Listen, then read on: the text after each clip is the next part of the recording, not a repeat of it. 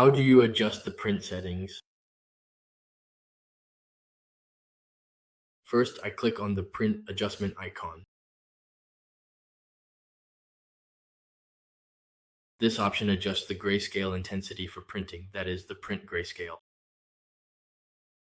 This one is for rotating the text information.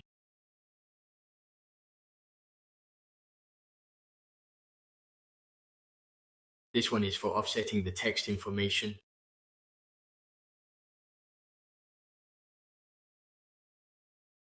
This is actually for adjusting the print head position offset.